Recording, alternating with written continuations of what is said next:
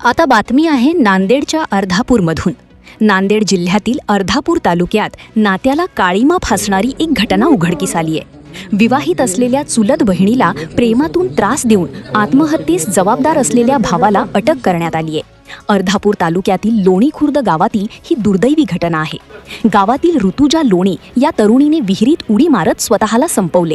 या प्रकरणी पालकांच्या तक्रारीवरून आरोपी प्रफुल्ल लोणे विरोधात गुन्हा दाखल करण्यात आला। या प्रकरणाचा तपास करताना साक्षीदारांच्या माहितीनंतर सबळ पुराव्याच्या आधारे आरोपीला पोलिसांनी अटक केली आहे।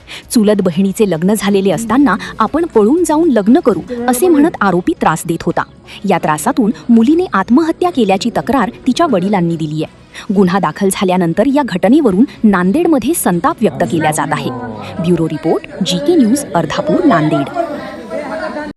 तुम्ही पाहत आहात महाराष्ट्राच्या कुशीतलं GK न्यूज मराठी, सात जनतेची, भूमी महाराष्ट्राची।